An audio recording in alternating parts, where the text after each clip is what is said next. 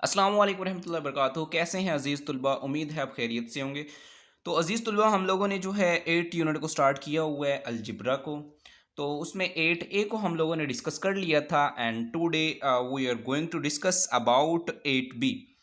8 B में कुछ concept बेटा जी पुराने ही हमारे यूज़ होने हैं। एक कॉन्सेप्ट जो है न्यू यूज़ होगा। कोफिशिएंट के बारे में तो हम ऑलरेडी बात कर चुके हैं, बट कोफिशिएंट से पहले अगर हम बात करें तो स्टूडेंट्स एक और कॉन्सेप्ट यूज़ हुआ है,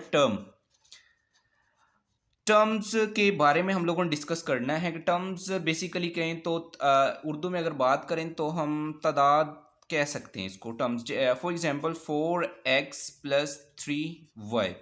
तो यहाँ पे कितनी टर्म्स हैं तो इसमें हम बता सकते हैं कि इसके अंदर जी दो टर्म्स हैं। कौन कौन सी हैं? एक हमारे पास 3y है और एक कौन सी है? 4x है। ठीक है, तो ये हमारा फर्स्ट कॉन्सेप्ट क्वेश्चन है जिसमें हम लोगों ने बात करनी है टर्म्स की। ठीक है, तो स्टूडेंट्स क्वेश्चन नंबर 1 अगर मैं थोड़ा सा जूम करके आपको दिखा सकूं तो क्वेश्चन नंबर 1 के अंदर डिमांड क्या कर रहा है? वो कह रहा है कि find the algebraic term of these expressions. तो एक्सप्रेशन का भी चलो पहले क्लियर कर लेते हैं, एक्सप्रेशन क्या होता है। स्टूडेंट्स आपको एक्सप्रेशन का भी आइडिया होना चाहिए। तो एक्सप्रेशन बेसिकली कोई भी हमारे पास जिसमें कोई भी इक्वेशन इक्वल ना हो, जैसे ये है तो ये हमारे पास एक्सप्रेशन है। तो ये इक्वेशन कब बनेगी? जब ये हमारी इक्वल टू समथिंग जो भी आ जाए तो इक्वेशन बन जाती है। तो फर्स्ट ऑफ ऑल उसने हमसे क्या डिमांड की है? डिमांड ये कर रहा है जी, हाँ जी बताएं कौन सी एक्सप्रेशन में कितनी कितनी टर्म्स हैं। तो ये हम लोगों को पता चल रहा है जी, फर्स्ट 4m + 3n है तो इसके अंदर क्या है? दो टर्म्स हैं। तो कैसे लिखेंगे? एक मैं अब के लिए कर देता हूँ, 4m + 3n। तो सिंपल इसको आप अलग अलग करके लिख लें, 4m एंड 3n। नेक्स्ट हमारे पास जो है बी पार्ट है जो कि है 3b - 5c। टर्म्स को अलग अलग करके लिखना है बस स्टूडेंट्स।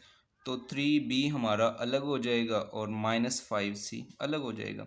तो ये सारे क्वेश्चन इस तरह के हैं। सी को चलो मैं और किए देता हूँ आप लोगों के लिए। 12x² + 9x² +8। तो सेपरेट सेपरेट करके स्टूडेंट्स बस लिखना है, not a big deal. 12x²y, 9x²y² and 8। तो जस्ट इस तरह से हमारा जो है क्वेश्चन नंबर 1 डन हुआ, जिसमें हमने सिर्फ टर्म्स के बारे में जो है डिस्कस करना था। क्वेश्चन नंबर 2 की बात करें तो हमसे कह रहे हैं कोफिशिएंट की बात करें। तो कोफिशिएंट मैंने क्या कहा था? स्टूडेंट्स आपको समझाया था कि वेरिएबल के साथ जो फर्स्ट टर्म होती है वो कोफिशिएंट होती है। जैसे कि यहाँ पे हमने ए के जो है कोफिशिएंट की बात करनी है, तो यहाँ पे 9a है तो डेफिनेटली ये जो 9 है ये हमारा क्या होगा? कोफिशिएंट होगा। ठीक है, यहाँ पे 1/2 हमारा कोफिशिएंट होगा। यहाँ पे जो है हमारा जो 45 कोफिशिएंट होगा। और यहाँ पे जहाँ पे कुछ भी ना हो, जैसे कि हमारे पास अगर स्टूडेंट्स इसकी बात करें तो -a है। -a मतलब क्या होता है? -1 × a। तो वेरिएबल के साथ -1 है तो -1 यहाँ पे हमारा क्या होगा स्टूडेंट्स? कोफिशिएंट होगा। आई होप कि दूसरा क्वेश्चन भी आपको समझ लग गया हो। क्वेश्चन नंबर 3 के अंदर जो है फिर सेम टू सेम वही है। कोई कोफिशिएंट की बात करनी है किसके? एक्स वाई के जो कोफिशिएंट है। तो यहाँ पे अगर बात करें स्टूडेंट्स तो एक्स वाई का कोफिशिएंट क्या है? 6 है। यहाँ पे क्या है? 17 है। यहाँ पे क्या है स्टूडेंट्स? -4 है। यहाँ पे क्या है? 3/4 है। ठीक है, उसके बाद स्टूडेंट्स नेक्स्ट जो हमारे पास क्वेश्चन आ रहा है वो इम्पोर्टेंट क्वेश्चन है। क्वेश्चन है कि right each of terms in the product form के अंदर हम लोगों ने लिखना है इसको। ठीक है, तो इससे पहले स्टूडेंट्स आपको जो है दो चीज़ों का पता होना चाहिए जो अभी हम डिस्कस कर लेते हैं। तो स्टूडेंट्स हमारे पास जो है प्रोडक्ट क्या होता है? बेसिकली मल्टीप्लाई होता है। जैसे कि हमारे पास जो है x × x। ठीक है, तो ये हमारी जो है प्रोडक्ट फॉर्म होती है। ठीक है, अब इसी को सबकी बेसिस सेम है तो हम लोगों ने ये प्रीवियसली जो है क्लासेस के अंदर पढ़ा हुआ, बेसिस सेम है तो पावरें ऐड हो जाती हैं। तो ये हो जाएगा x + 1 + 1 + 1। तो 1 1 1 कितने हो जाएंगे स्टूडेंट्स? x3 हो जाएगा। तो ये इस तरह की जो फॉर्म होती है इसको प्रोडक्ट फॉर्म कहते हैं। और नेक्स्ट क्या है हमारी जनाब? एक्सपोनेंशियल होता है। ठीक है, तो एक्सपोनेंशियल होता है हमारे पास। ठीक है, तो ये हमारा जो है इसका क्वेश्चन को शुरू करने से पहले एक छोटे से कॉन्सेप्ट का पता होना चाहिए हमें स्टूडेंट।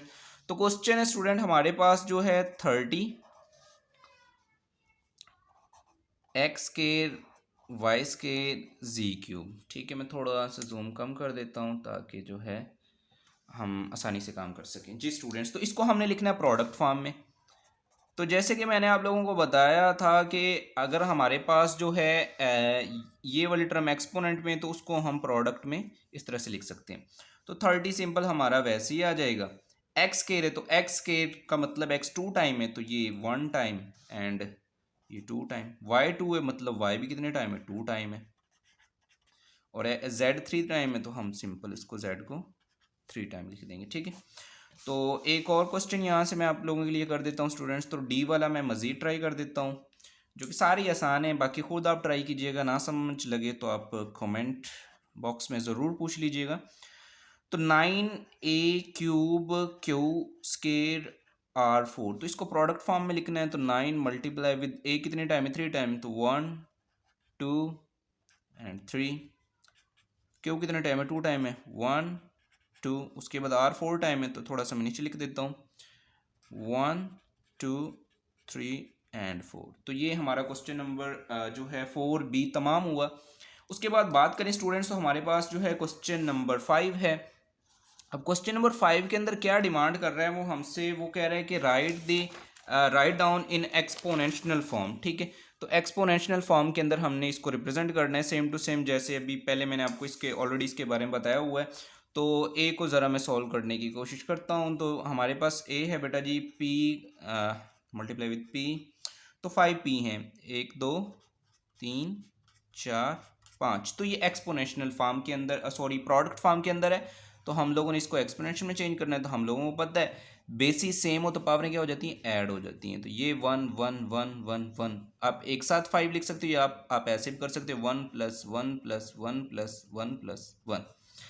तो p सबको प्लस करें कितना आ जाएगा, 5। तो आप इसको ऐसे भी स्टूडेंट सॉल्व कर सकते हैं, ठीक है। यहाँ से एक और मैं कर देता हूँ आप लोगों के लिए स्टूडेंट। तो मैं डी को ट्राई कर रहा हूँ। डी जो है आसान सा है, सारे के सारे आसान है, आप लोग प्रैक्टिस कीजिएगा। जो आपको समझ ना लगे आप ज़रूर डिस्कस करें।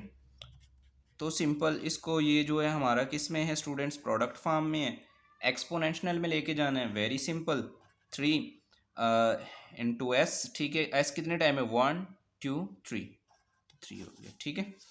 तो ये क्वेश्चन हमारा जो क्वेश्चन नंबर 5 भी हमारा हुआ डन। इस तरह से हम लोगों ने आज जो है हमारी जो 8B थी उसको डिस्कस किया है। तो इंशाल्लाह जल्द हम जो है 8C को डिस्कस करेंगे। तब तक के लिए अल्लाह हाफिज़, दुआओं में याद रखिएगा।